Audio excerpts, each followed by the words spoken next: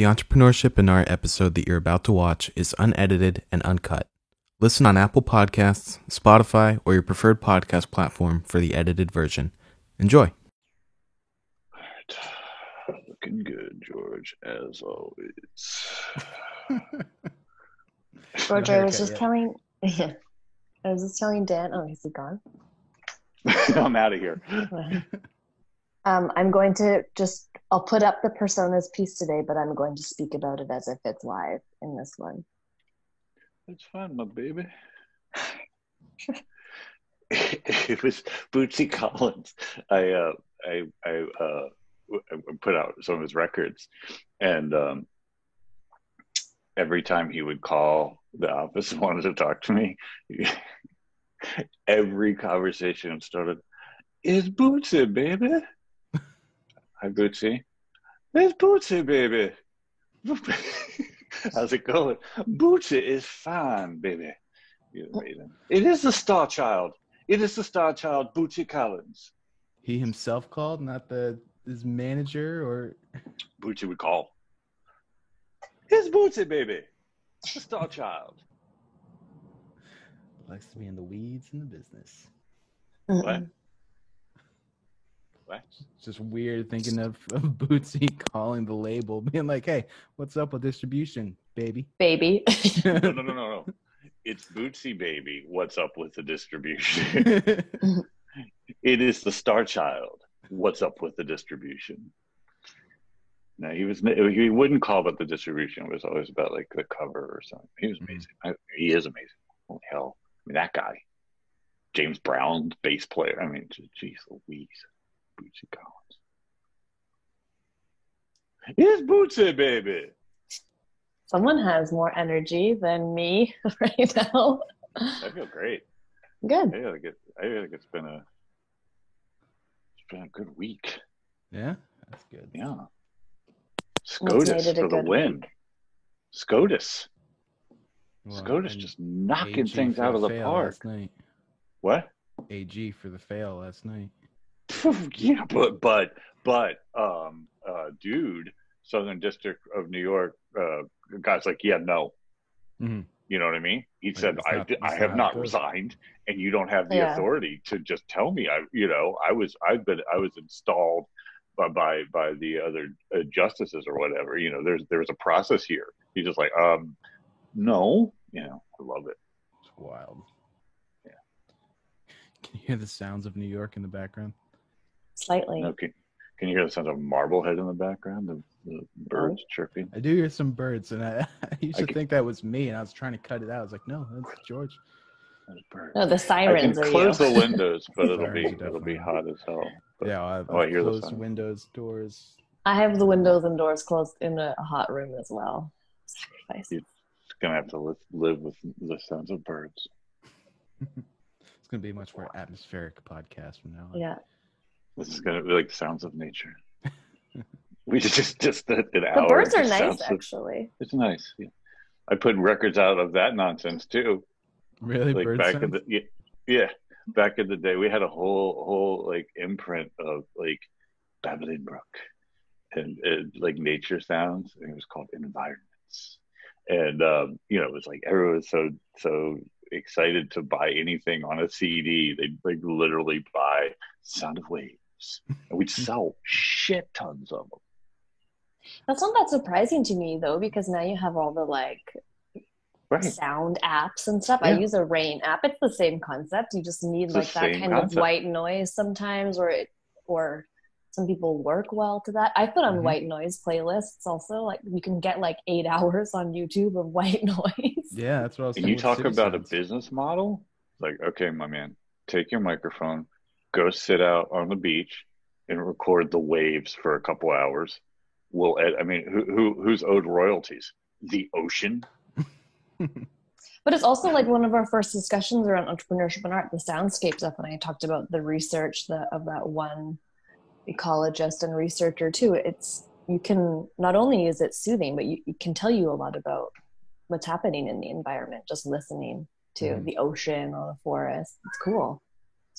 It is as the great poet, what's his name? There's like the great, the drunk Dylan Thomas, the great poet Dylan Thomas. The great drunk. Well, he liked his beverages. The great poet Dylan Thomas said, "Time passes. Listen." Do you have a Star Wars T-shirt on, Dan? The Millennium Sure does. Falcon. The Millennium You have a Falcon. Millennium Falcon T-shirt on? Yeah. Weekend tees, baby. What's wrong with Star Wars Weekend t-shirt? tees. So you have T-shirts designated for the weekend? I don't know that I'd wear a Star Wars T-shirt on a client Zoom call. That makes sense. Maybe I have. I don't think so though. No. So, yeah. Well, are you a big Weekend Star Wars tees. fan? Yeah. Yeah, I remember. I've never seen. You've never seen a Star Wars? Mm-mm. I I love remember, for whatever reason, for episode 2, in England, they printed the comics of the movie like before it came out, and so I had read all the comics, and it was line by line the same thing as a script. So it was like little 10-year-old me was in the movie theater reciting the lines as the characters were saying it. I was seeing it for the first time. So yeah, that's just deep nostalgia for me. That is so sweet. Although I don't know if the people around you would have loved that in a movie theater. It was my friend's birthday party actually, and I remember him nudging me like, "Stop!" Good stuff.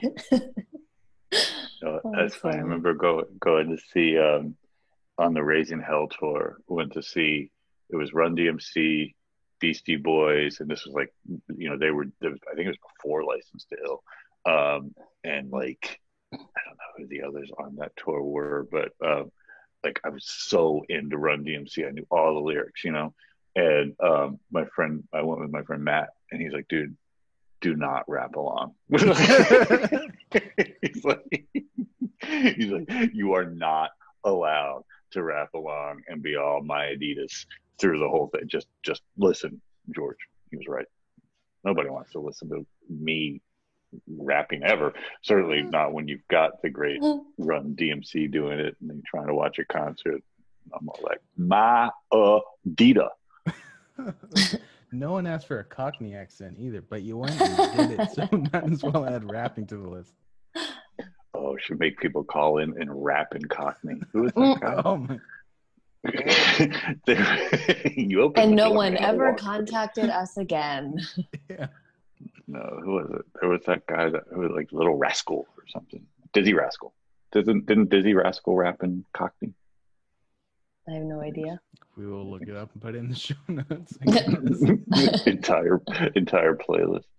All right. So what work have we been doing these days? These glorious summer days. Today's the longest day of the year. Is it? Yeah, it's gonna stay light until 10:30 on the East Coast. That's not true. Why are you picking? I was like, that can't be true. But when has it sure. ever stayed light until 10:30? It stays light, super late in Germany, like really late. Sure. It stays light and hot. And so I just thought, did I forget that happens here too? I don't know. Maybe it's going to be light until 10:30. 8:32 p.m. Yeah, 8:30. But I mean, which is late, but it's not 10:30. Yeah, no, it's the longest day of the year. I mean, the sun doesn't go down. It's just like all day. It's just all night. Doesn't 2 set. hours of night. Yeah. Yeah, it's like Iceland or something. Yeah, it just reminded me of that Midsummer movie. Dan, you listened to that? I swear I never have a tickle in my throat until I'm trying to record something. I'm so sorry. You always have a tickle in your throat. Dan must have to sit there and edit. I mute myself. I try to. I don't know what it is. It's like a nervous tick, I guess. Okay. Maybe. But you listened to the Scaredy Cat podcast, yeah? Or did you? Listen to the first episode. And I was From the like, reply. I The liked Exorcist it, one didn't pull you in? If I'd watched the movies, maybe if I watched the movies beforehand and then listened to it. But you'd seen The Exorcist. I don't even know if I have. I'm sure I've seen. You'd parts of know. it, but Oh, you would know. like, The Exorcist isn't one. It's like, yeah, yeah, maybe. I mean, her head spins around, and Yeah, amongst other I've things. seen You, that. Yeah, you but I don't. feel like that's I've a seen that clip. 100 times. Yeah, that it's clip like- doesn't mean But that there's you've So I'm like sure I'm I've not seen going to clips talk of it, about some but of no, the other I haven't things seen that the she movie. does on a podcast. But you would remember The Exorcist. Yeah. I'm surprised you didn't listen to it though, knowing how much you like Reply All. Yeah, I think my horror movie vocabulary is pretty limited. Yeah. So it's like listening to someone talk about it. It's like reading a Wikipedia article of a movie, except someone's reading it to you. Yeah. With fun personality and stuff. But I was like, if we Well, were if you talking don't about have great to, albums, right? But if it doesn't like compel you to go, so I haven't seen Midsommar or whatever. That's in the last episode. I think there's only 4 episodes too. It's a short thing that they've done. I had seen obviously Exorcist, and they did one on Nightmare on Elm Street, which I've seen, and then they did Alien, which is awesome. Like, I mean, they did worth Alien? seeing. Mm-hmm. Mm-hmm. And they do a really good job with Alien. Yeah. But I hadn't seen Midsommar, but listening to it makes me really want to see it. And So, Hereditary. They did some did double that too, features. but I don't think I want to see that after what they said. I've seen parts of Hereditary, but I'd never even heard of Midsommar. But anyways, it just reminded me of it because they go to this like festival in Sweden where it's the time of the summer where the sun doesn't set. When it's an interesting setting for a horror movie, which is normally, and Hereditary is like a really actually dark. It's always at night or in a dark, spooky house, and then to have. I'm sorry. I'm so sorry. Yeah, I think it's interesting. You do it IRL too. I have it too. We all have our things. Should I see a doctor? I don't know what's wrong with me right now. Okay. Look up if you Google it, it will come back that you have throat cancer. Obviously, exactly. Always, like that's what WebMD. Any search for anything like, oh, I've got this like little tiny scratch on my finger, and you WebMD it, it's like, oh, well, you undoubtedly have cancer. I know. Everything, all roads lead to cancer, according to WebMD. But Dan, you mentioned to us an episode of Reply All, and I don't want to spend too much time, but I feel like we need to add a disclaimer of some of the recent recommendations I in particular have made. Do you want to talk about the Reply All episode that you shared with us? Since we brought them up because of the name of that episode. And also there might be some Joe Rogan disclaimer. That's what I was referring to, actually. Mm-hmm. So one of our listeners actually sent me a tweet saying, "You don't have to listen to this guy, George." Yeah. The timing of us talking about him could not have been worse. And I stand by that you should engage in conversations with people that stand on opposite sides politically, religiously than you. I completely would like to go on the record retracting my recommendation that people listen to that podcast. And for anyone that had it as a future plan, I'm going to just take a moment to take that back. Yeah, well, and we should just be clear that there was a video that was circulated of him laughing at his friend talking about how he has girls perform sexual acts on him if they want to do stand-up comedy. Fucking wild. But yeah. And it was like the day before I finally listened to an episode, and I was like, like not as bad or offensive as I thought, and then that comes out, and it's like, well, never listen to that again. I don't know how these people have such long, fruitful careers, but maybe that's not going to happen anymore. Maybe now people are just going to start calling people on their shit when it happens rather than years later. I mean, one would hope. I'm actually reading Rowan Farrow's Catch and Kill right now, which is just kind of I mean, it wasn't very long ago, the Harvey Weinstein case, but kind of remembering all of these things and how it then bled into the Access Hollywood tapes with Trump and Billy Bush and then Matt Lauer. And it's just,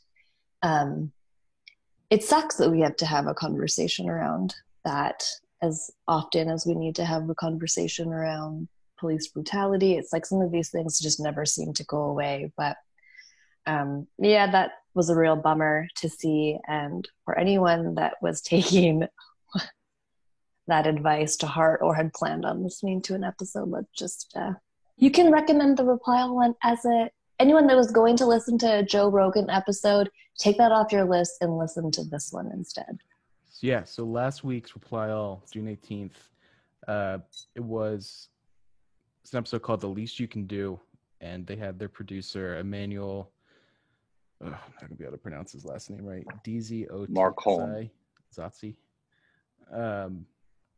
But Emmanuel is a black man. He's talking about how there's this phenomenon of white people Venmoing their black friends as some form of reparations, whether their black friends ask for it or not. And just how people feel about that. And it's such a weird situation. I think everyone, especially white people, have been donating more and thinking about causes that they contribute to more. But the act of Venmoing your black friends, it's that,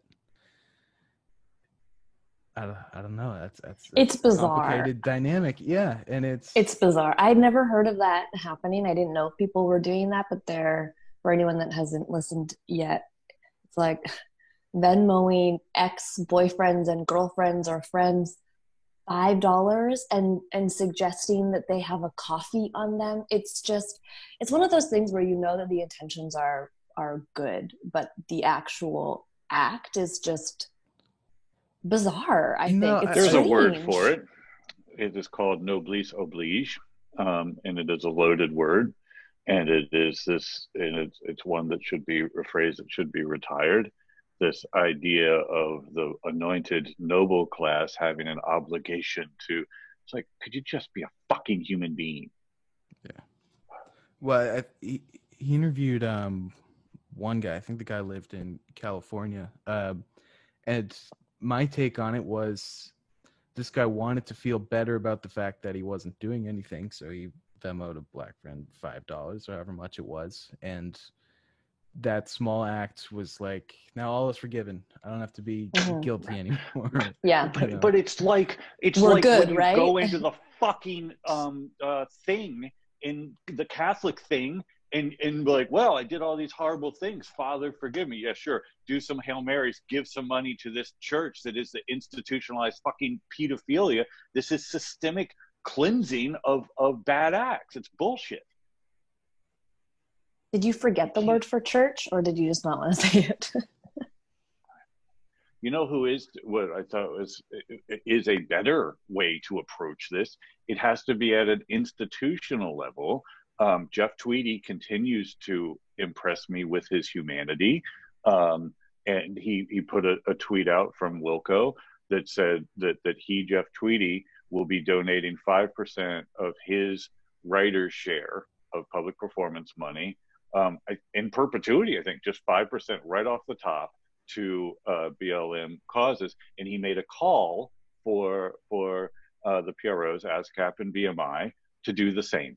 Right. And I'm going to make the call for publishers to donate 5% of their publishers' share to these types of things. I said it last week. Our industry is music business is one of the prime offenders when it comes to institutionalized racism. I have been saying it for literally fucking decades. If this is the time, and people much smarter than I have been saying it for much longer than I, and people who've actually been affected by it in negative ways rather than me, who's just been benefited by it, right? There's no scenario that in 1999 or whatever, Chris Blackwell, lovely guy, signed Bob Marley. First hit was Little Millie, My Lollipop, or whatever. Chris Blackwell grew up in Jamaica, absolutely unequivocally someone who has reconciled his worldview of race, but also the scion of some rich family. He scouted locations for Dr. No, and because he was a water skiing instructor name me some people of colors who's like, oh, I think this summer I'll be a fucking water skiing instructor, right? But in any case, no scenario that Chris Blackwell plucks me out of relative obscurity to run a record company if I'm a black guy in 1999 or whatever it was. Just 0% chance. Also 0% chance that I ever would have had the luxury to be go to college and not have to worry about debt, let alone have to worry about being fucking arrested and spend most of my time playing guitar and reading books. It's institutionalized. So don't Venmo people money. Instead, look at institutional things. And just to be very clear about this, the whole publishing business is this black box crazy land that even my students don't understand well. But the writer's share is something that the PROs put in place in the early days of the modern music era, because the fucking publishers were taking the writer's money. So to this day, when a song gets played on the radio, the writer's share collected by ASCAP and BMI goes directly to the writer. It has to bypass the publishers or any other institution. Facebook, Netflix, and others are trying to obliterate that and just say, no, we're just not going to pay it. Just period, full stop, right? So Tweety coming out and saying, I get this writer share. I write a song. I don't know if he's his own publisher or whatever, but his writer share comes right to him, and he's saying, I'm going to essentially take a 5% reduction and donate that. And he's calling on others to do it. But most importantly would be if the publishers would do that, to take the publisher's share and take 5%. And if ASCAP and BMI wanted to do the right thing, nobody knows how much money they make, right? Because they will not disclose. They're, quote, self-audited, whatever the hell that means. And so why don't they set up a fund and take X percentage and recirculate it?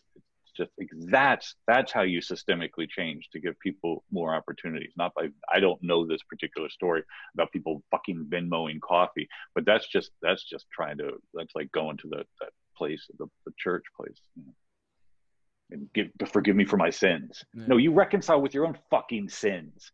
Have autonomy. There's nobody that can forgive you for your sins. Bullshit. But it's a really well done story.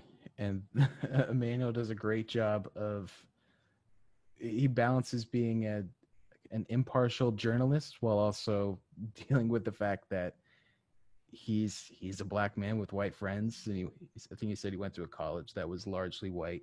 And then he moved to New York and tried to, be more involved in kind of the black community. And so his perspective on people doing this and trying to make themselves feel better. It's really interesting. Yeah. I mean, isn't that it though? Isn't it that it's like, you know what? Don't fucking feel better for a while, right? Like, I mean, a couple episodes ago, I talked about that, like that hot pepper that I ate, and like there was nothing that I could do to make it go away. I just had to live with it. Live with your fucking sins for a while. Stop. There's no God or Christ or Buddha or whatever that's going to forgive you for your sins. You have to reconcile with that. It doesn't mean that you have to carry guilt and beat yourself up, but looking for some third party to forgive your sins is bullshit. Who has autonomy to do that over you? I think the problem also is that, it shifts the burden back on to the person of color. It says like, I feel guilty and I need you to take this off of me, which is the problem. And I do think, I'm not laughing their job. I'm laughing about it because it is ridiculous to be like, here's $5 amid everything that's happening. But even though I'm sure, and he interviewed someone that actually did it, and you can tell like he's not confident in the decision that he made. He saw someone, I think, suggested on Twitter or something, and then did that as well. And I do think that there are a lot of people who are just trying to figure out just something to do, something that feels like they're taking some kind of action. But this kind of action in particular, it just says, I feel bad and I need to put this somewhere, so I'm going to just put it back on you. And that is a part of the systemic problem. It's a cycle. Empathy. Exactly. It also violates the Kantian precept of using someone else as a means to an end. Here, I will give you this money so that I can use you to feel better about myself. Stop doing that. If you know nothing about philosophy, if you know nothing about ethics, just remember Kant. Do not see people as a means to an end. View them as an end in and of themselves. Accept them for who they are. Love them for who they are. Do not manipulate them to your needs. Mm-hmm. Fuck. I don't know why that's so hard. And we all do it. I mean, the thing that stuck with me so much from last week's show, Carly, is what you talk about white fragility, and I've just started it. But man, oh man, the way you summed it up, and I don't want to even try. I just would direct people to go back and listen to the way that you expressed it, because it has stuck with me all week. I say I don't want to try. The thing that stuck with me, and this is me trying to talk through it, but we're all racists. We all see color, right? And this idea, and you said it really well, of oh, I don't see color. Bullshit, right? It's not about not seeing color. And I love the fact that we're talking about the impactfulness of words. You know, a white hat versus black hat, whitewashing, all these words. The coding community has finally pulled their heads out of their ass and say maybe we shouldn't reference master-slave dynamics in our code. You think? Whitelisting and blacklisting, right? Mm-hmm. Right? Maybe we should stop saying phrases like blacklisting for sites that we don't want. You know, that's obviously embedded in racism. I mean, you don't even have to think about it. It's not like, you know, selling someone down the river. That's trickier to kind of parse out. Blacklisting. How does anybody not see that that's a racist kind of semantic? But I think the problem is a lot of people don't see it as that. It's a word that you learn, and then when you look at it a bit differently, you do see the implications of it. But that's a part of the problem, is we have to words do matter, and things that we've been taught. And again, I like what she says about, you know, people who consider racists or acts of racism as intentionally malicious actions is a very small segment of it. Racism is this kind of implicit bias that we aren't even aware, but we continue to perpetrate by using those types of words, by supporting the types of institutions and systems that keep white supremacy kind of at the top of the pyramid, so to speak. But I think it reminds me also, and maybe it was in the podcast with Zoe Keating or our discussions about it after, but George, you said something about, you know, we as a society, we have to choose the type, like we have the power to choose the type of institutions that we have, and we can support them with, you know, financial donations or by voting or, you know, whatever the case may be. But we need different institutions in our society that help kind of, whether it's, you know, the 5% of, sorry? No, I didn't mean to interrupt you, please. I kind of you're saying the 5%, but like things like that, like certain institutions just need to kind of change or be different. Ben and Jerry's pop up a lot in kind of like times of protest, and I was reading something about them again this week, and I actually didn't realize that they have a part of their kind of company culture is that they hire people who are in jail. They hire people with criminal records, and they pay like higher than minimum wage. And so then their product costs more money. But those are the kind of, and again, I'm saying we need better kind of like societal institutions, and then talking about Cherry Garcia ice cream. But it's big and small. Yeah. Hold on to that for a second. Ben and Jerry's is a company that I talk a lot about when I teach ethics, and it's because they're a very purpose-driven company, and they've somehow managed to keep those values. Two guys that decided it was a good idea in Vermont, a place not known for its warm climb, to start a ice cream shop, right? So, I mean, you know, in a gas station, right? That's how Ben and Jerry's started, right? Two hippies, like, and they didn't know what they wanted to do, but they wanted to do something impactful, and they liked ice cream. So they started an ice cream shop. They start getting some traction because they make really good ice cream, right? And then they start getting a little bit of momentum, and then they get a call from one of the stores that carries their ice cream, and the store says, "Hey guys, we're sorry to tell you this, but we can't carry your ice cream anymore." And either Ben or Jerry or whatever says, "Why not?" And they said, "Well, you know, we got this call from Haagen-Dazs, and they told us that we can either carry Haagen-Dazs or Ben and Jerry's, but not both," right? Which is a prima facie antitrust violation. You're not allowed to do that, right?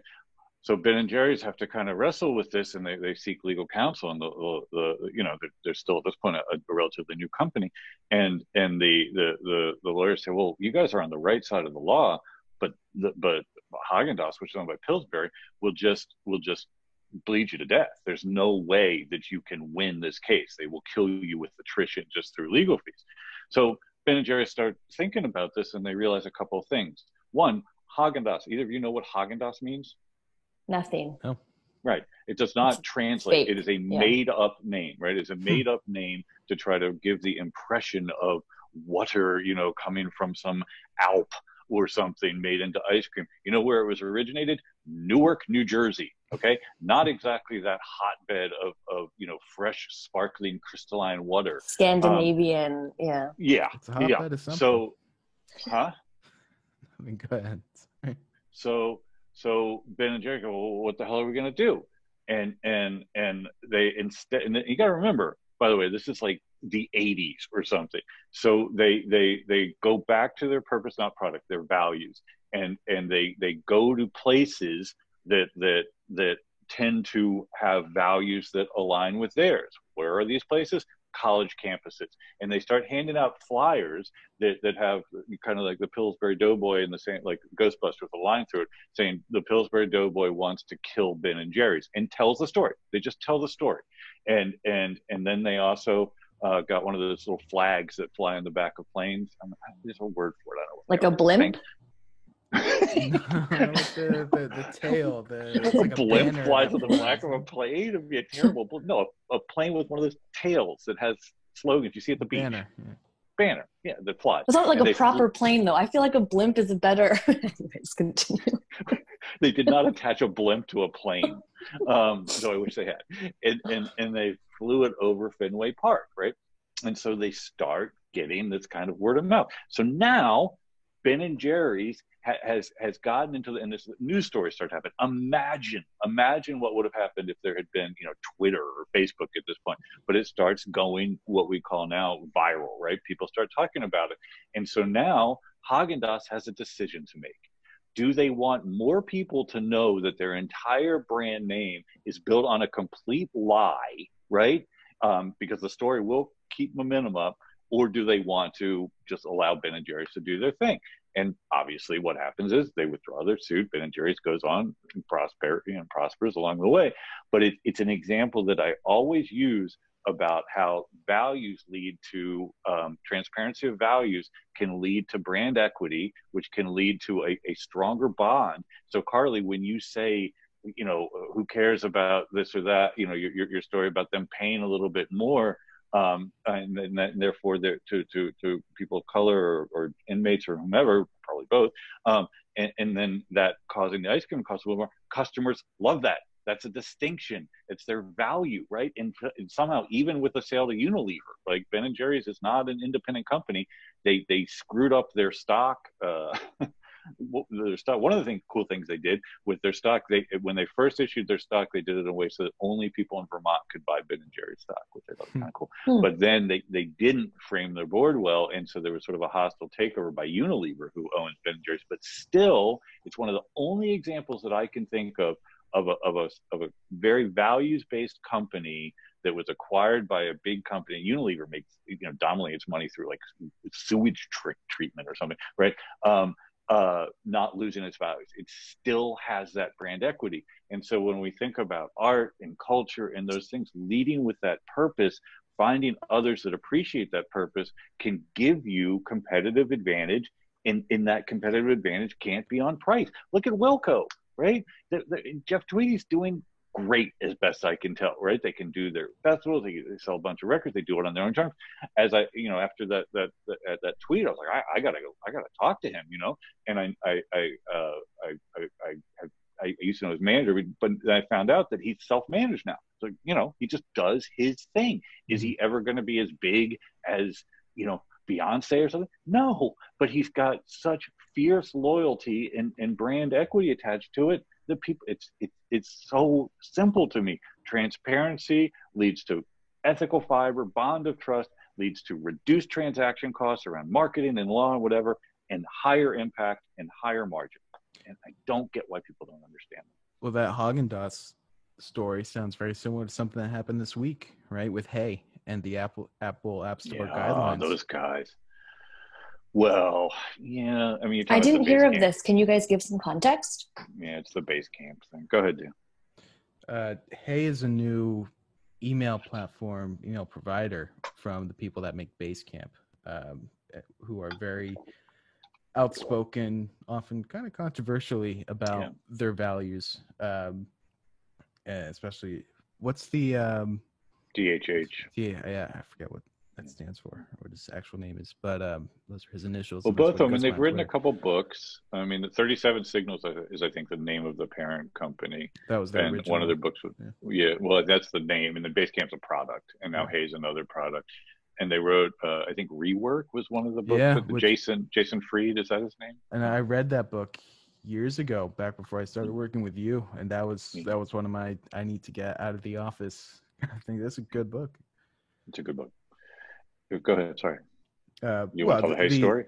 Yeah, I mean the argument is they submitted their app for Apple Store approval, and they don't want people to be able to do in-app purchases, because if Hey Basecamp allows in-app purchases, then Apple controls not just the flow of money, but refunds and customer support, and Hey can't control any of that. And Apple takes a 30%. Yeah. And so if you want to sign up for Hey, you have to go to the Hey website and pay there, and then you can use the app, which is the same as Netflix and Spotify. Mm-hmm. I mean, you can do it. Go ahead. Sorry. That's because Apple has a competing product with Spotify. I thought that's why that ended up. See, this is the problem. Apple's policy in the App Store is opaque, and to use the rules, the language of our court this wonderful week, arbitrary and capricious. They tend to change the rules kind of to fit, and it's becoming a real problem. But you're articulating this far better than I, so please. Well, and the big discussion has now been around the 30% cut, as well, I guess, as well as the confusing guidelines. But the history of that 30% cut is interesting. I think it was Walt Mossberg that tweeted this, where when Steve Jobs announced that 30% fee for all purchases through the App Store, that was when previously, if you wanted to download an app, it was through your phone carrier, and they were charging like 50 to 70%. So at the time, 30% was a great deal, and that was incredibly developer friendly. And now in the past 10, 15 years, the world has changed. I don't know what Google charges, but it's time to kind of reconcile that. It's a really interesting conundrum, right? Because I mean, if we take the Apple tax, that 30% off the table, which is like pushing the elephant out of the room, because that's a big one. But what's happened is, in my perspective, is that Apple, the pros of the Apple approach are very customer centric, right? Which is Apple in a nutshell. Like their whole thesis on having, as you have too, I think, Dan, and probably you too, Carly, the process of trying to get something through the Apple, gatekeepers and onto an Apple store is a very baffling process, right? Yeah. And it's no fun, and it you can get rejected and go through it, and it's just, and to their defense, they're trying not to be the Google Play Store, which is often filled with just, things that are objectively bad, either broken or malware or whatever. So they're doing a curatorial service in from their perspective, in the interest of keeping the customers happy, which is their job. The problem is that the developers are also their customer. And if you look at the growth of the App Store or the iPhone or whatever, Steve Jobs, to my mind, the brilliance of him wasn't so much about the design and all of those things, but was creating that App Store, because what it did was it shifted the burden and created a network effect around something that otherwise just never would have gotten the traction. You started buying the iPhone, not so much for the iPhone, but for the apps that you could get on it, right? And then he just had everyone on the planet building things that ultimately sold his product for him, which was super genius, right? But now, as you say, Dan, the dynamic, the balance is off, right? Where the developers are kind of going, yeah, we get that we need you as a distributor, right? But you're taking too much. It's gotten out of balance. And Apple has to now reconcile the idea of, well, we need to keep our customers happy. This can't be a free for all. On the other hand, you're right about the Ben & Jerry thing, because the 37 Signal guys are very vocal, are very public. They're also, Amazon's a big investor in 30, or at least has a stake in 37 Signals. And so, they've got that security blanket, and now we can argue who is more or less evil, Amazon or Apple. But yeah, it's become a very public thing, and it's interesting to kind of watch. And I feel it acutely with a lot of the companies that I run, like that Apple tax is a real margin, hit, where it's like every dollar that comes in, Apple's taking 30 cents for distributing it. When we started TuneCore, we intentionally did it the other way, because with Apple, we knew that they were going to take their percentage. The other competing aggregators, the CD Babies and the Orchards or whatever, they all took a 9% back end, and Jeff and I just were like, no, why? Like we'll pay us for a service, right? And then we'll take 0%, whether you because it's residual. Again, going back to the systemic thing, for Jeff and for me, that 9% ongoing royalty just to TuneCore for doing nothing was too much of a vestige of anachronistic, and to both of our minds, and I know I could speak to Jeff for this, racist culture of kind of indentured servitude that the labels put on artists, where even after the label's job is done, they continue in perpetuity to take a cut for doing nothing. And you could argue that they were doing something when they were distributing things and making plastic for CDs and everything. But once it became digital, they're literally doing nothing. It's what's known as rent seeking, right? And so that's what's happening from economic terms. It's rent seeking. And the best way to understand rent seeking is like if you're a king and you've got a stream that goes through your fiefdom, and people are going up and down through your fiefdom. They're not causing you any harm. They're not, doing anything. And you put a gate on it and you charge then. And rent seeking means that you are now profiteering off of someone while not adding any additional economic value. So that Apple tax can be viewed as rent seeking at this point, where it's like, well, what are you doing? We're happy to pay you a fee. We're happy to do something, but the 30% is rent seeking. You're not improving things. All you're doing is gumming up the general kind of economic flow. So, I mean, if this does get people more to better understand the economics behind the scenes, great. And to understand, I know something that you're deeply interested in, Carly, like economic theory, but rent seeking is an important one to look at in the digital economy. But I wonder if it will have much of an impact, because Spotify went after the Apple tax like pretty aggressively. They had all of those videos and stuff. I think it was just last summer, and they obviously put a lot of money and manpower into that conversation, which kind of just went away after? It's well, I mean, as Dan said, there's antitrust issues around music because they're in the same category. Like, does Apple have competitive advantage against an independent because Apple, Google, Amazon all use music as loss leaders. In other words, they all say, well, look, you get music for free if you buy Amazon Prime, if you know, and whereas Spotify, and I will not defend Spotify, but Spotify is what's known as sort of, or used to be until they did the podcast thing, just sort of a pure play entertainment thing, where it's like, no, we don't use music as a loss leader. We have to profit off of it. We can't, because we can't compete with others that can give it away. And so then you get into kind of antitrust issues in the same way Microsoft and Netscape and bundling and those types of things, or Internet Explorer. So that a slightly different but adjacent issue. But it does also remind me, I mean, you see what's going on with is it AEG or Live Nation that are saying that artists are going to be responsible for Live Nation. What in the holy fuck are you talking about?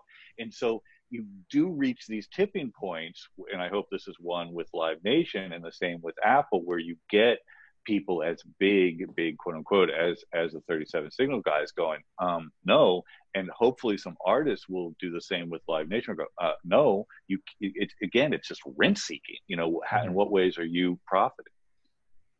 The Live Nation thing is crazy, though. It is wild that they would even feel brazen enough to imply that.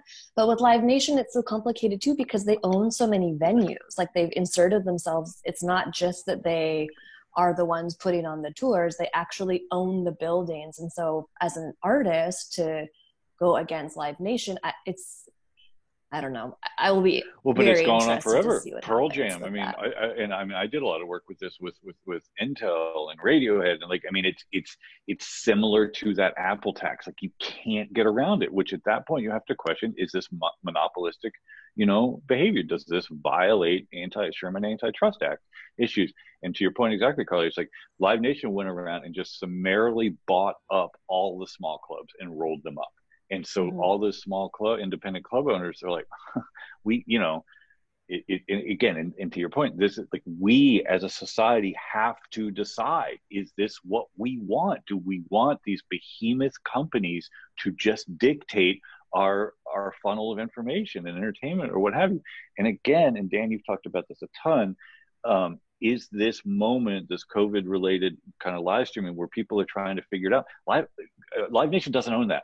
Live Nation doesn't yet own the pipes and the pipeline towards how you can monetize your live stream, where in typical, in most events, live events, they do.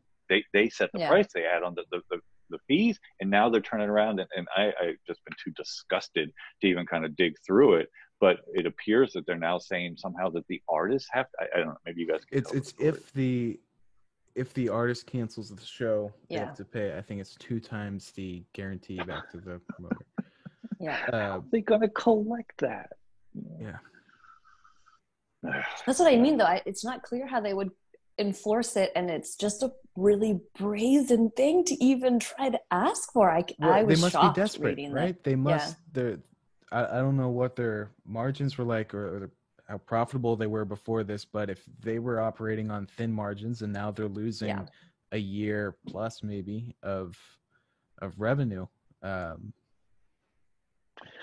those companies are ripe for disruption. I mean, when you look at a Live Nation or Ticketmaster, when you've got a net promoter score that's probably -70 or something, like everybody hates you, a substitute comes along. The problem is monopolies make it difficult for substitutes to emerge. Well, but that's what's interesting, right? So there couldn't have been, I shouldn't say couldn't have been, it was very hard for a disruptor to come along when Live Nation had so much of the pie. But with COVID, my point, taking a huge hit, it's now there's opportunity. Yeah, that's my point. I don't think I articulated it as well as you just did, but like, you know, that with live streaming, Live Nation doesn't yet own that. So if you've got negative brand equity and negative net promoter score and a substitute emerges, you are fucked, right? That's what companies don't seem to realize. If you've got a monopoly, you know, either state mandated Comcast or whatever, or just monopoly that's just right on the edge of antitrust things, you can have the worst net promoter score and brand equity you want. As soon as a substitute emerges, goodbye, Blockbuster, Netflix. Mm-hmm. Anyway, what did you all write about? Well, the personas piece that we've talked about, I think the last 2 episodes, is done and Awesome. up. And so that is my contribution this week, finally. And thank you both for all of your help and feedback and collaboration with that one. I'm excited to continue that as kind of a next ongoing series for entrepreneurship and art. These are I love it. And yeah, it's a really great piece. And I do want to handbookize it whenever you're ready or whenever you want to augment it. I do think there's a natural nexus between Dan's book and what you've written. Like, I think that the two, there's a hand in glove thing where determining who those personas are allow you to kind of figure out who your most passionate percentile in your total addressable market is, and then you use some of Dan's tactics to test it. Right. Well, that's what 100%. part 3 is. Yeah, exactly. I know. I'm just saying that it's cool that there are these, different kind of pieces that you're both working on that to my mind, at least, and I do this too often, but I bundle things into neat little packages, but to my mind work very well together. Yeah. Well, so that's what I've been working on this past week, starting to put together ideas for, now that we have these personas, how do we reach out to these people, and specifically through ad tests, so that we can have some clear, measurable data. And there's a bunch of different ways we can do it, right? We can be sending people to articles, to the site, to the podcast, or doing a straight direct to email sign up and use the newsletter to bring people in, do some videos and focus more on awareness and how many people are actually watching, more than 15 seconds of a video. So tons of different stuff that we can test, and we'll try to condense it into one neat article rather than a 15-page marketing proposal. But this is fun. Yeah, it is. And I hope that, like, I mean, I don't think, I'll have many contributions to the canon of kind of business thinking or whatever, but one that I do think is important is that distinction between the total addressable market and what I call the MPP, the most passionate percentile. And and I'm sure, I hope one of our listeners sends me something. It's probably not an original thought, but I think it's important to, and I hope it kind of comes through where, yeah, you've got a total addressable market of people that might like the show, for instance. There's only a small sliver of them that actively go out and seek these types of things. That's the most passionate percentile. Marketing is about finding them or making them aware of it. Then they do the job of telling their friends. And I'm working on it every day in my writing and my teaching or whatever, trying to drive that home, because I think it's so imperative. Because if you get that wrong, what happens is you think that your work is bad, right? Mm-hmm. So, not using us as an example, like, I see so many musicians who make, to my mind, amazing work. They're quote unquote marketing. They're just kind of throwing it out there. They're not getting the feedback that they want. So then they start to think that their art is no good. And more likely, they haven't found that most passionate percentile. And we think of marketing as this like just carpet bombing everyone. That's wrong, right? You have to see your total addressable market and understand that your marketing at best, no matter how much money you have, no matter what you do, is only going to reach maybe 5 to 10% of that total addressable market in the awareness stage. And then your job is to look to see those people telling their friends, the customer's teacher thing. And then your job is to accelerate that. And I know I'm a broken record on that, but I think it's, if I can impart anything to listeners or students or businesses or whatever, that's the challenge, is finding those few passionate people. And I wish people would spend more time finding them rather than just constantly trying to make their quote unquote art fit some imagined market. I think that sends a bad signal, and you end up making less art. So when you're thinking about that most passionate percentage, are you letting them self-identify? Or are you saying, yes, you have to. Yeah, right. It's like if you had the analogy I always give, if your total addressable market is a huge gallon jug of jelly beans that all look the same. So you've got 100 or 1,000 grape jelly beans in a big vat. 100 of those taste like the nectar of the gods. They taste like George's Negroni or something. The other 900 taste like boogers or something, right? But you don't know, because they all look the same. So your job is then, and this, it's important that we talk about customer journey too. Your job is to try to make that whole bag of indistinguishable, undifferentiated jelly beans aware, and then let that 100 self-select. And then your job is to look closely, and you can do that now with social media, with, I mean, all the good work that you do, Dan. It's like, oh wait, this person actually shared it, this person direct messaged it. Those are the delicious jelly beans telling their friends, right? Well, and spreading it. And that's what's important, because when I've talked about this with people that don't have a marketing background before, maybe it's the intuitive solution is, all right, well, these are the very narrow, specific characteristics of what I think the most passionate percent. That's the wrong way to do it. You need to go wide and identify the people that, or let them identify themselves. Let them self-identify. Yeah. But you have to know what to look for. I think that's of course. You have a thesis, and that's what's so cool about what you all are doing.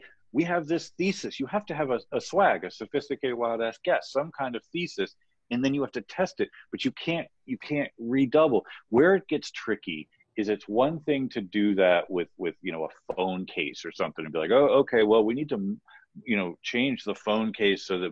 With art, I don't think you should do that. I think you should just double down on, no, this is my art, this is my purpose, this is what I make, and also double down on redefining those characteristics and testing it, rather than changing your art to match some imagined persona. But you can change the distribution, right? Sure. You can change 100%. the platforms, your approach, your all of those things, but not your art. Like your art should be a constantly evolutionary process of where you are in that moment, speaking from your heart, not, oh, I think this perceived audience would like it if I did this. Bad idea. But I mean, it's like, we've got an audience question that I think links to this, would be a good transition. Yeah. But if you keep on putting out the best music in the world and no one's hearing it because it's just another random music file hosted on Spotify, and no one's listening to it, and you think, maybe I should turn this into a video. Maybe I should record myself playing this. And it's the same art, but it's different platform, different medium, and that's what triggers. Those are the different tests you have to do to, maybe people want to watch us on Zoom, and maybe they want to listen to us. Yeah, right? But not like I need to add a digital delay so I sound like The Edge, right? Like it's marketing is doing something remarkable and putting it in front of people predisposed to care. Yeah. Most artists spend 80% of their time or 99% of their time doing what they think is remarkable, instead of just being themselves, and then spending 80-90% trying to find those. Give me 10 people that absolutely love what some artist's doing, and then empower them to tell their friends. I'd way rather have that than 100,000 people that are going, Well, but the kind of dark side of that is, you have to be remarkable, or be remarkable to someone. But everybody is. The one thing that can't be commoditized or monopolized or whatever is you. I firmly believe that everybody is remarkable, right? It's, some people find ways to express that differently and more emphatically than otherwise, but there's no scenario in which anyone will ever convince me that every human isn't remarkable in their way. This is the very essence of purpose, not product. The key is making that purpose bigger than yourself. Yeah, I'm not, maybe I disagree. I mean, I agree that every person is remarkable, but if, let's say I had a passion for painting, and I'm not a visually artistic person, but just because I love doing it, well, that's the thing, right? It's a hobby, but if I wanted it to be more, and it wasn't there. No, but then I would argue that you don't have a passion for painting.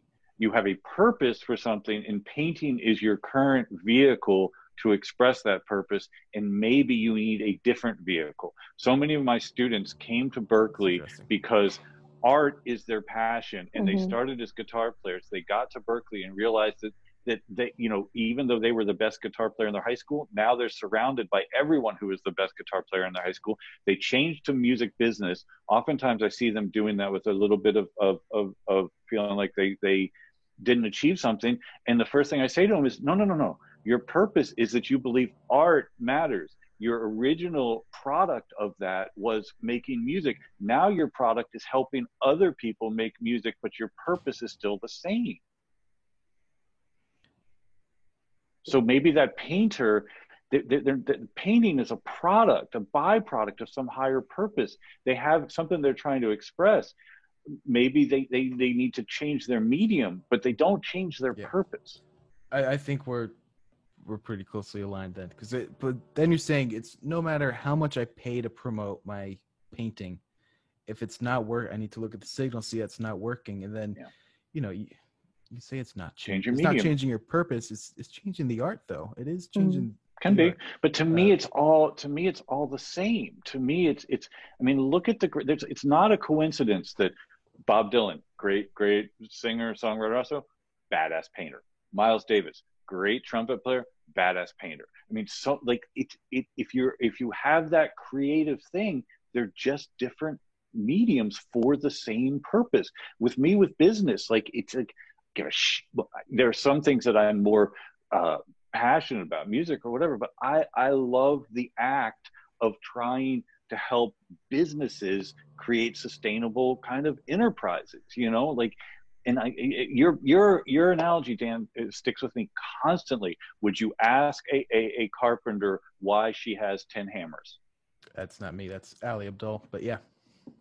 So would you ask a creative person? Wait! I thought you were a guitar player. Why are you painting? No, fuck you. It's just a different hammer. I think you're right, but I think there's a way to. Our original conversation was if you're creating art, there's someone there that will want to be a fan of it, want to be a patron, whatever. This is changing it to, you might need to change the way you're expressing yourself. You're creating you. But it's expressing yourself, right? That's expressing your purpose that's bigger than you. And the tragedy of life is that some people never recognize what that is. Mm-hmm. They just bounce through a life never, and it's heartbreaking. Because they've never found a way through whatever medium to express that thing that they have at a higher level to affect others. Transcendence occurs through creation.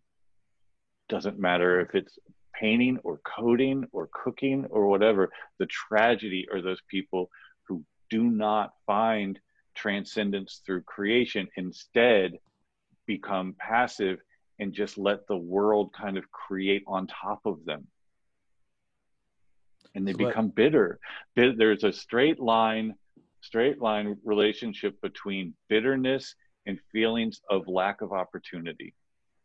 And so if you look at all these race reasons, we've systemically kept people from opportunity, and you wonder why they're bitter.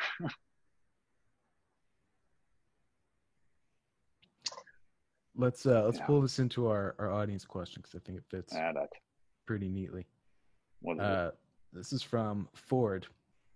He says, hello, Ford. Who's Ford? Ford. Who was that character? Who's a Ford? Ford. Hitchhiker's Guide to the Galaxy. Ford Perfect. Ford Prefect or Perfect? Been a while since I watched that. Not watched it. You gotta read the book. I know the book, but the movie was good. Martin Freeman.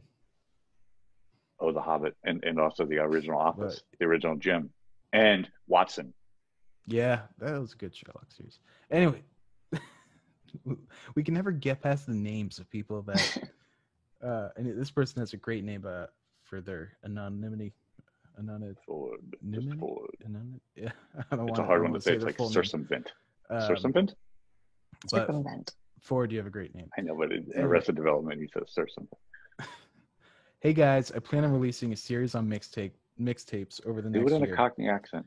I'm not doing a Cockney accent. Besides one song, I haven't put anything out, so I have zero momentum. I've experienced coding and thought about using the Twilio API to create a replica of the Superphone with the intention of building a cult following, and have some other ideas, but I'd really love your feedback and advice. If it is helpful, my distributor is AWOL. I fucking love that, right? The fact that Ford, if that is indeed your name, even knows what Twilio is badass. The fact that Ford, if indeed that is his name, knows what Superphone is. So I can put this in the show notes. I profiled Ryan Leslie many moons ago, who invented the Superphone, a great Black entrepreneur, right? And it's one of the actually we can use the audio too, because it's up on SoundCloud. We could podcast that shit. It was a great conversation. Super smart guy. So Ford is thinking, to my opinion, in all the right ways. He or she or whatever is, or they is thinking in terms of how can I create some collisions? How can I create, use technology to, and I would go back to finding that audience, finding that most passionate percentile. The whole part about what was it, like the mixtapes, mixtapes is an interesting kind of subculture thing, but like to me it's a way that artists use to kind of contextualize their work with others, right? So it's like, well, here I am, here's some other thing, and again, that can be a really good test. The only thing that I don't like about that question is, like, what did he say, try to create a cult following? Yes, you can't do that, right? Don't again, it's like when people say I'm going to create a community. You can't do that unless you're a fascist, right? You have to put your work out there and then help people organize around it, So my advice to Ford would be, you are on the right track, my man. I would love to hear your music. Keep diving down those rabbit holes of building things using Twilio or whatever, testing it, and write about your journey. Like what's most interesting about this question to me, I don't have to hear one note of this person's music to know that I'm interested, and this goes back to your point completely, Dan, of him as a person. Like anyone that's a musician that's also thinking about Twilio, like that's interesting to me. And I'm not the only one. That's something I'm not saying I will, but I would write about someone like that much faster than I would, oh, it's a good song. You know who's got a good song? Every fucking one, right? So those things that can differentiate and distinguish. So I think Ford is on the right path. Keep colliding, keep looking for new technologies, build something on Twilio, send it to me. I promise I will at minimum look at it and smoke test it, because that's the type of ingenuity. I believe that innovation will always come at the margin and from the marginalized, and it will be cobbling together new things, and not enough people have used Twilio to build things, and it's a super robust and powerful tool, and more artists should be dealing with it. Well, and I like that you brought up kind of documenting that process, because that lends itself to consistency, which I think is really important, and there's not enough in music. Right, and write it down. I don't know how often he's going to be released, or write it down, or record a video of what you're doing, whatever it is, or a podcast, whatever. So yeah, I'm so excited. I'm sorry, but like so like networking and everything occurs when you do something for others without expecting or asking anything in return. That's how it works. So if Ford would blog, Medium post about this journey and say, hey, here's what I've learned, other artists, watch what happens, right? Purpose is doing something bigger than yourself. Ford, write your process and what you're thinking about Twilio, put it out there online and talk about, that's interesting. That will help you find that most passionate percentage much more quickly than just, I'm sure your songs are great, or I'm sure there's someone out there that thinks your songs are great. But when you talk about things like Twilio and all this other, it makes you a human. It makes you three-dimensional rather than just some sort of commoditized singer-songwriter, which the world doesn't need any more of. Yeah, well, it makes you what was your term, Dan? New media creator? Yeah. New media creator. Yeah. Well, and media entrepreneur. I like creator more, please. Okay, fine, down. Well, I guess it's entrepreneurship and media art. Creator. Entrepreneur means business, creator means art, and there's somewhere in between, or they're both. Yeah. But the consistency of putting out content also gives you more at-bats, right? And that's more chances for you to capture that magic, that inspiration, put it out there. Because it's so difficult, I think, for artists. Artists are never going to be able to, I don't say never, are unlikely that they're going to be able to put out music at such a clip that it's continually interesting, and there's so much emotional baggage kind of involved in creating music, it's much easier to have that as kind of your key tentpole product and have supporting content that's ongoing around it and adjacent to it. And I think I'm seeing more and more artists figure it out, and I'm going to bring that up as one of my 3 things. But so exciting. This is the artist as a media company kind of thing. I love that. And so I know we've got the Slack channel set up. I want to send Ford a T-shirt, a book, something, both. And I want him to, or her, I guess Ford's obviously a man's name, right? I mean, it's not like Pat or something, right?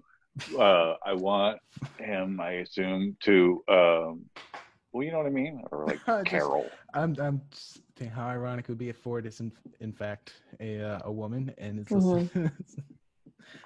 you know, or they, like, I don't know. I don't fucking know, but like Ford can identify they self.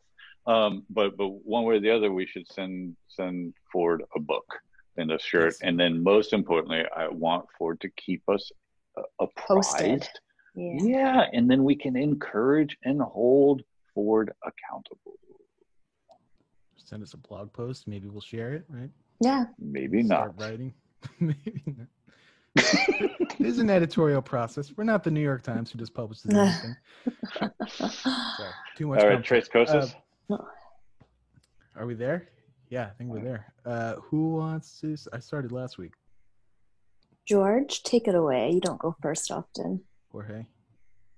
Reason for that. Jorge, yes. Okay. I've tried calling him that in the past. He doesn't respond that well to it. Do you, Jorge? I respond to Jorgísimo. Jorge would have a straw hat and a pipe. That's okay. Spanish. Oh, yes. Poncho. Conquistador. All right. Well, I shall go. I as I said at the top of the show, like SCOTUS, the Supreme Court of the United States, has just given me so much I don't know what, just hope this week, right?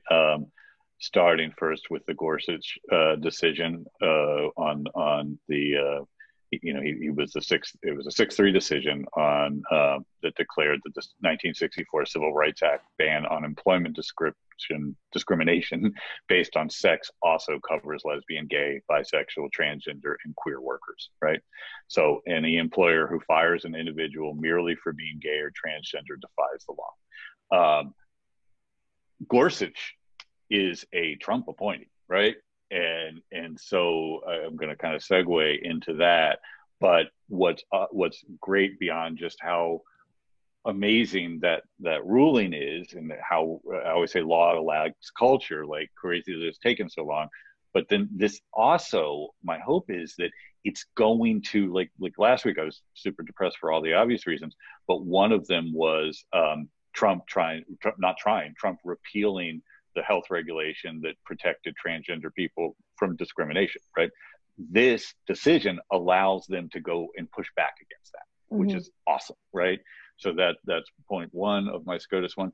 Then Roberts crushing, and again, Roberts was a Bush appointee, right? And so he follows in this line. Again, like Gorsuch, Trump appointee, Roberts, another conservative appointee. People forget that Nixon appointed Blackmun, right? The conservative of conservative, and Blackmun wrote the Roe v. Wade opinion, right? So like this idea that Trump's legacy will be, well, he stacked the courts, and we've talked about this before. And certainly at some of the lower levels, there may be more correlation between, your leanings and your decisions. But at the Supreme Court level, I mean, I went back and looked, and they tend to vote their conscience, not all of them. And so with Roberts, right? So the Affordable Care Act, Roberts was the one. It was an Obama thing, and Roberts upheld it, right? So again, like you get these elements, and then so Roberts actually wrote the DACA decision, which was the recent one, and I thought it was great. But Sotomayor had the best line of it, and she said the decision to end the DACA program was, quote, contaminated by the impermissible discriminatory animus. And she called out the other judges for, meaning Trump's just relentless, impermissible, discriminatory animus. Like, that's when the Supreme Court, like, just throwing those three words together, like, holy fuck. It makes me want to cry and jump for joy or whatever. Some of their decisions and renderings are so beautifully written. And so anyway, being able to do that, like, we have, like, rule of law is under just relentless threat right now. Totalitarianism begins with the destruction of rule of law, which Trump has tried desperately to do, and the Supreme Court is pushing back. The destruction of the free press, which obviously Trump has been trying to do since inception with the whole fake news thing, but most recently getting rid of the person in charge of Radio Free Europe and Voice of America. Like, that's really scary. More people need to be talking about that. And then the third prong of liberal democracy is business, and the government should. And so we look at all these antitrust things. So we're on shaky grounds, but rule of law at this moment tends to be kind of prevailing. My second is a great New Yorker piece on yesterday's Juneteenth, and I really wrestled with it. I'm proud to say that we work with a company that said, we're gonna honor Juneteenth and use it as time to reflect. I personally, I didn't. Again, the language around it is hard. You don't say Happy Juneteenth. It's not, in one way it's a hat. Anyway, this person put it really, really well in the New York article, and I'll just read it very quickly. He said, the fact that slaveholders extracted 30 additional months of uncompensated labor from people who have been bought, sold, and worked to exhaustion like livestock throughout their lives is cause for mourning, not celebration. In honoring that moment, we should recognize a moral at the heart of that day in Galveston and in the entirety of American life. There is a vast chasm between the concept of freedom inscribed on paper and the reality of freedom in our lives. In that regard, Juneteenth exists as a counterpoint to the 4th of July. The latter heralds the arrival of American ideals. The former stresses just how hard it has been to live up to them. And it's like, wow, you know what I mean? And like, so I thought that summed it up and how I've been feeling so much all the time. And then last but not least, how can I not talk about Bob? Rough and Rowdy Ways, his new record came out yesterday. And Doug Brinkley, who I know a little bit, is a great writer and historian, did a great interview with Bob. And in it, he called the record lyrical cubism. And that hit me really, really hard because I don't know if you all listened to the records, but you probably heard the Murder Most Foul, which was quote unquote the single, the long thing about JFK. And so I was thinking, like, so if modernism is Picasso, Cubanism, right? Or Andre Gide or T.S. Eliot or something, or it's modernism. And postmodernism is like Foucault or Jacques Derrida or something. What the hell is Dylan? Like there's no category for it. It's like postmodernism or something.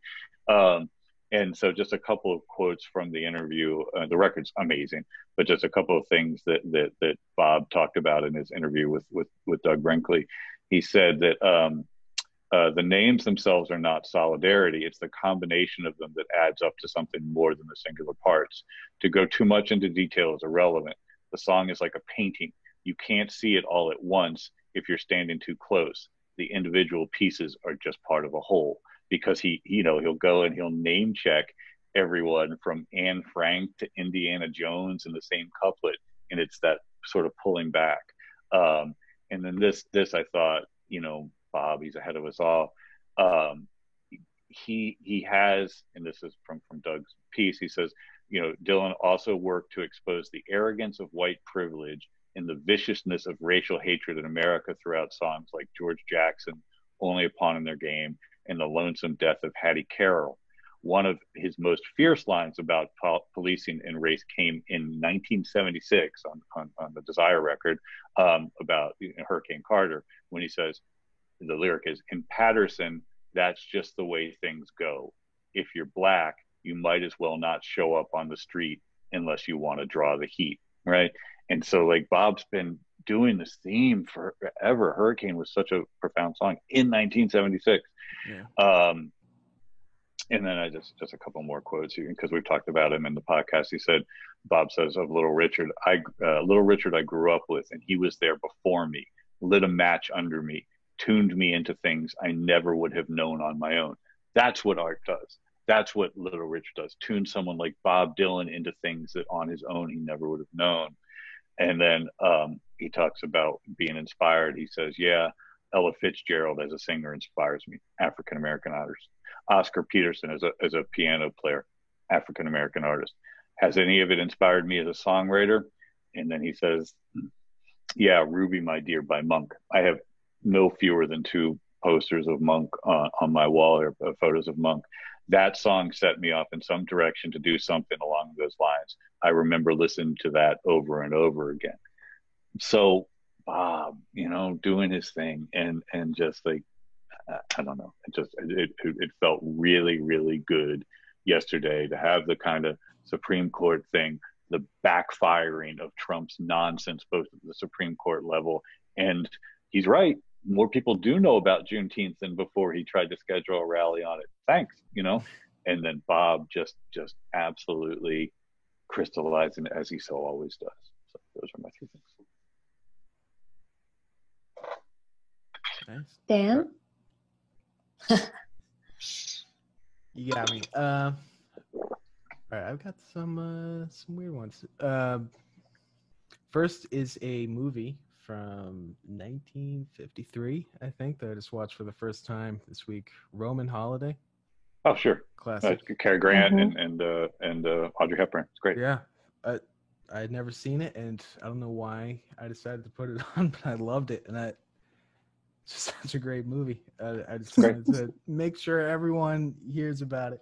It is great. And it's definitely a trope, I feel, that has been used many times since then, but it's just fun. I don't know. It's great. Like sitting on the steps of the Coliseum or whatever. It's great. Second one, George, your comments 2 weeks ago now about Yes's Roundabout and how could anyone sit down and either love it or hate, listen to 8 minutes or however long that song is of just musical, not nonsense, but it just goes on. Dudes in capes.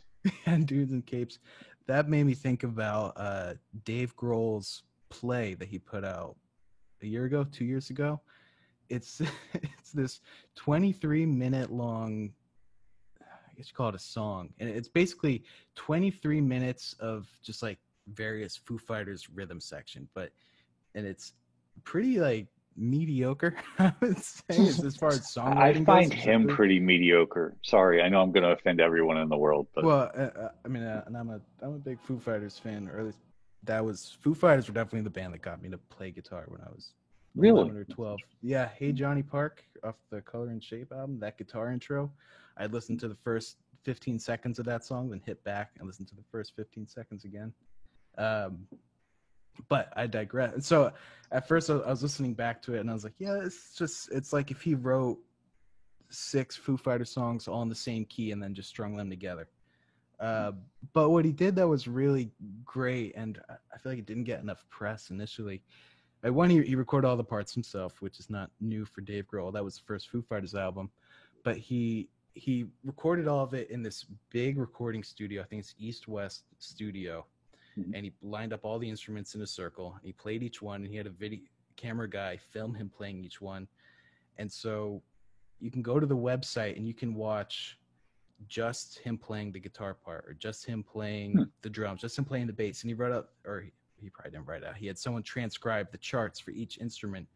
And part of his reason for doing this was for music education, so that kids could, I don't know, just have another resource. Or I think he he lists a bunch of different organizations he loves, but also he wrote out the inputs for all of the instruments and what mics he used and that's what cool. the process was and the studio layout of how he laid out all I'd the look different at that. instruments. That's It's cool. I hadn't appreciated before how in depth he went, because you can watch the video and say you just want to watch guitar one, and it's like him playing alone in this huge studio of just this guy doing this thing that he loves, making himself happy. You can only hear that one guitar part, so you can isolate that guitar, and it's just him doing his thing. And there's definitely something special about that. Despite it's not like this incredible composition. It genuinely is. It could be any Foo Fighters song in just the rhythm section of it. No, but it's cool, and I'm not like, he seems like a fantastic human, but I just am like, there's no scenario in which I'm going to be like, oh, I want to listen to some Foo Fighters. But monster drummer, right? I mean, undeniably, Nevermind was in large part as successful as it was because of his amazing drumming. But that's interesting to me. Like, I'm constantly trying to figure out, so to be able to have transparency around, okay, I use this mic, like that's really, I'll definitely check that. Well, and his, talk about purpose. I mean, his purpose has definitely shifted from being a rock star to whether it was it Sound City and restoring the documentary, that was cool. Visiting all the different cities and talking about their musical history and this. That was cool. Yeah, he's kind of well, he's better than fucking Novoselic, who has now gone to the dark side. I always thought he was, I mean, of the three, he was always like, really, but now. Say that about most bass players. I'll let you defend that one to all the bass players who listen to this. Tell that to Jocko or Jamerson or something. But yeah, Novoselic went to the dark side, or maybe has always been on the dark side. The last thing I have, I've mentioned this guy before, Julian Villard, who's an artist I was a fan of for a long time, and then I got to work with him a few years ago. So he has, I never shared the Remote Musician's Handbook with him, but he has gone all in on it. And starting last week, he is treating himself like a media company. He has four recurring kind of live broadcasts. At least one of them is a performance that he does. It's Friday. He calls it Friday Night Live. He performs, and the removal of this kind of skeuomorphic elements, he's really engaging with the chat, and that's what takes it from I'm just performing to it's what Twitch streamers do. Yeah, the ambient thing. It's just talking with the people that are there. Markets are conversations. That makes fun. Yeah, and he's asking questions, and people are typing in the replies, and he's reading them to everyone, and he's engaging with it, and he knows a lot of the people because he's been around for forever. So that's good. And then he also does now a podcast which he records live, and they have a guest. It's called the Real Gentlemen of Queens, I think. And then he's got another show where he interviews songwriters. And then he also does a weekly thing with Joe's Pub, and it's the same time every week. And it's basically it's like he is, I don't know, MTV or something. I can tune in at whatever time I want to cast the show that I want. And then last night on his live stream, he was like, what do you guys think about me setting up a Patreon and doing a membership platform? And I was like, do it. Like, why haven't you? So and this is what he should have been doing all along. Because with Julian, his personality is such a big part of him, obviously, but his live show, I mean, his music has a ton of personality, and his music is funny. And but it's not until you hear him talk while he's playing and he's telling the stories that it really comes out. And he's just like a true New Yorker that has been there, seen that, and he's traveled the world. And so he is a kind of a raconteur. I don't know. He tells stories, and he's a showman. And so these are great platforms for him, where he's been putting out music forever, and some of it has hit and some of it hasn't. But I think injecting his personality and letting people see that is the medium that is going to help people connect. So You gotta I'm excited to wave see your more of it. purpose like a big flag, you know? I love it. Like I will. I've heard you talk about this dude, but now I'm interested. You have my attention, you know? And if Yeah. it had just been like he's another, no, it's like if he's just another singer songwriter, like you know who I like, Bob Dylan. It's like a modern. I shouldn't say this. I'm not going to say it because it's too much. Yeah, no. Let me I'll let you come do to it. my own. No, he talks about how that's how people always reference him, and he's nearly like inviting that type of comparison. I don't want to hear it. I all want the to. time. Yeah. Let me listen, and I'll report back. That's great though. And can we like you guys didn't ask me about what I wrote about, but can we like document that? I mean, obviously in the show notes or whatever. Like I really love this process of talking about these artists and then directing our listeners to them and getting that conversation going. Oh, well, I'll talk with Julian and I'll do a piece on it. That'd be so great. Yeah. And just because I want Carly to have the last word. So I did answer the one of the questions from last week about the intraband agreement. I believe it's up on the blog now. I repurposed a older article, and then there was two parts to that question, and one was a more deep dive on the local performance rights for foreign people. I've talked with a colleague of mine, and I'm planning to interview him and deal with that in depth. But that's what I'm working on. We included that in the last episode show notes. Okay, great. Thanks. Yeah. My turn? Yeah. My first one is maybe kind of weird, but mint. I love mint. I'm loving mint, the herb, so much thing, right or now. mint, like that you The muddle herb, I to said. make I thought a the financial julep thing as well. It says so much about The it. herb, Like, oh, you love mint? How do you feel about QuickBooks? Yeah, mint rules. My dad has he planted some mint a couple of years ago, and it's completely overtaken part of his garden because it is like a weed. It's a weed. And he's been frustrated by it, but I'm like, no, it rules. I've been putting it in iced tea, on fish, in salads. I love mint. I love the way it smells. So Julep the fuck out of it. Yeah, and now it's been like full on summer, and so it's one of those summer flavors, I think, too. I mean, a mint tea can always be nice, but I've convinced him that because like one of the two gardens out front was almost overtaken completely, and he was frustrated by it, and I was like, no, rip everything else up and just have mint there. Love it. It will look, and it's big, so get him to grow some cilantro, then you can lab guy everything. Just mint, cilantro, and fish sauce. Is easy to grow, though. It's not. Yeah. Mint will just take over, but it's actually a weed. It's like all over his yard, but so I'm loving it, and I think he's waving the white flag.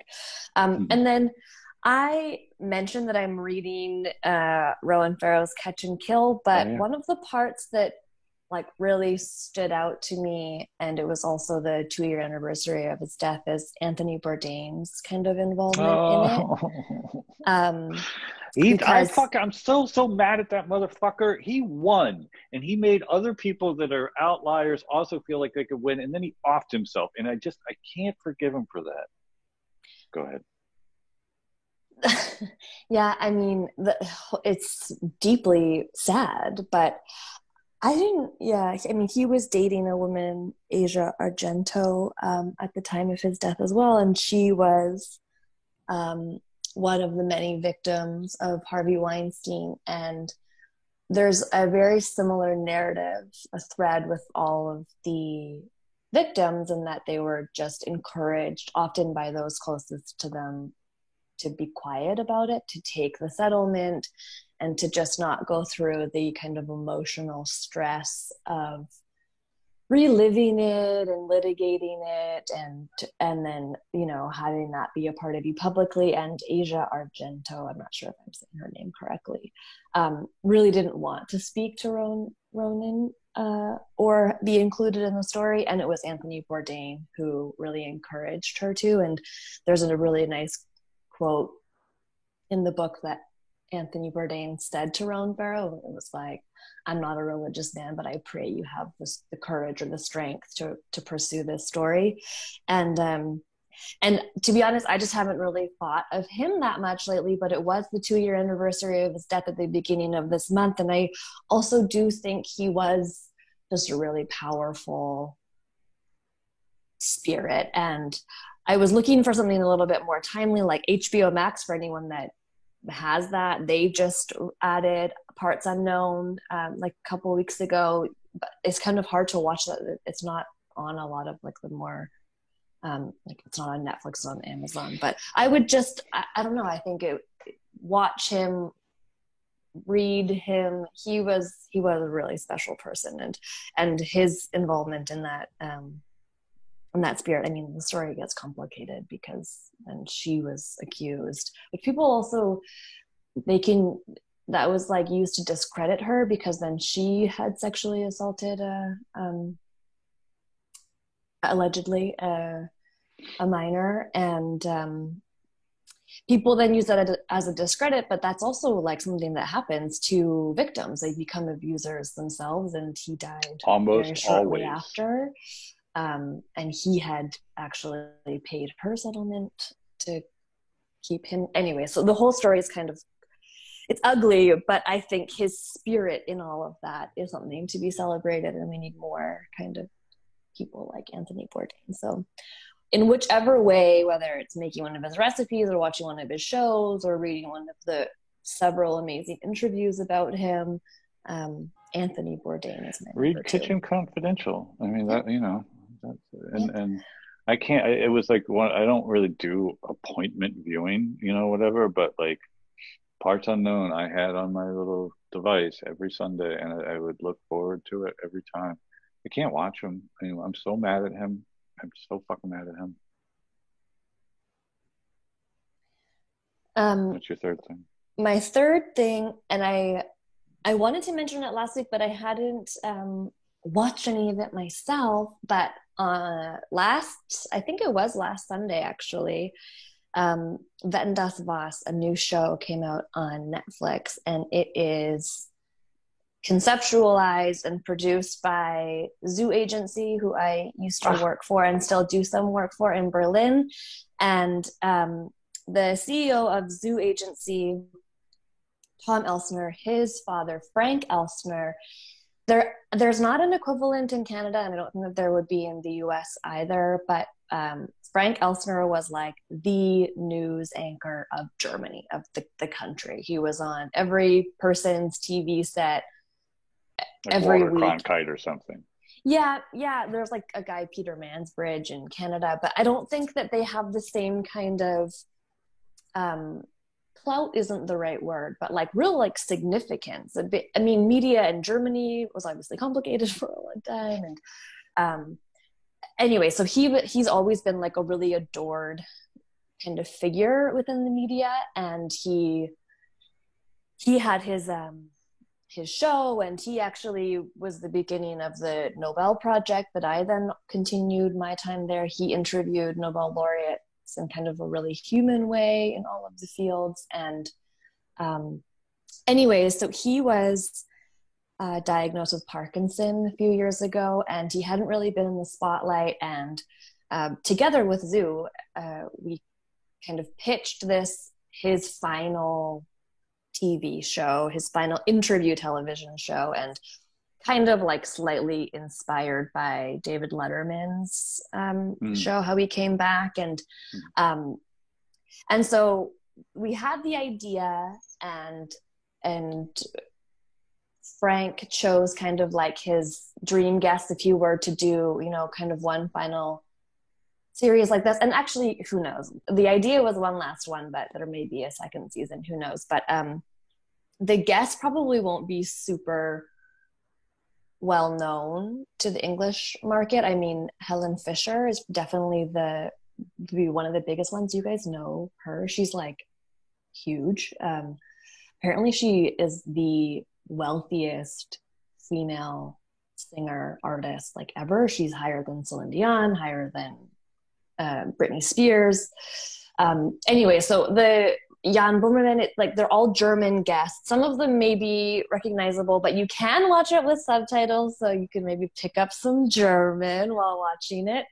I'm super proud of the team. It's so cool that it actually went from this idea to the latest show on Netflix. It's trending in Germany on Netflix, Germany's Netflix right now, but I watched the first couple of episodes, and I'm so proud of the team and the project, and it's really beautifully shot. It's always just him with the one guest at a long table, and the kind of idea too is that, you know, everyone sits at a different spot when they come, and the table looks like they've just had a dinner party. So it's kind of like a really nice visual motif that continues. And so I'm proud of all of them, and I'm so happy to see the final product. And for anyone that maybe wants to learn a word in German or two, I suggest Wetten, das was. In English, it's called Frank Elstner, One Last Question. But yeah, that's my third thing. That's great. And I know how much you had to do with the creation of that. So it's exciting to see it come to fruition. I do wish they would do an episode on Wim Wenders and Kraftwerk. Yeah, well, like I said, who knows? Maybe there'll be a second season of this after all. But yeah, it's cool. It's really cool that it's out there and that Netflix picked it up. And yeah, so I'm proud of the team and the process. So great. That's that. This has been a good one. I do hope we've put a plug in for the Slack channel, or continue to keep the conversation going. Love getting the questions. Do want to start throwing my book out to people, t-shirts, and just kind of keep everyone, including ourselves and anybody who's listening, encouraged and accountable. Keep sending them in. And yes. And happy Father's Day to all the dads out there, George. Yeah. And those like you that have procreated. Congrats. Thank you. All right. Talk to you later.